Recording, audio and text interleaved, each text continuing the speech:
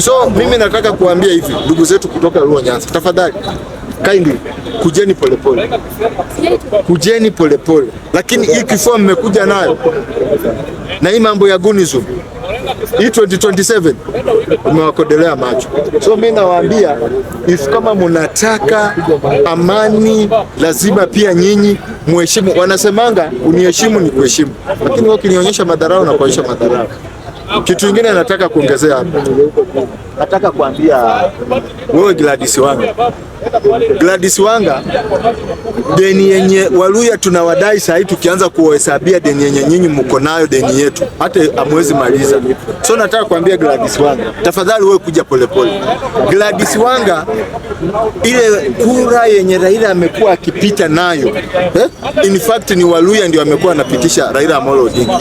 Waluya tumekuwa tunapiga kura hata kushinda nyinyi wenyewe. Sasa hata saa hii mimi nacheka tu nikisikia mnasema ati mtapitisha William Ruto tuta. Sasa kama Raila mwenyewe alikuwa mtoto wenu, hamkumpitisha William Ruto, ndio mtampitisha. Oh, so saa hii ndio mmeamuka mkaona mko na numbers ya kutosha ya kupitisha William Ruto. Nataka niwaambie kura mtaiba 200,000 1,100. Niwauliza aje?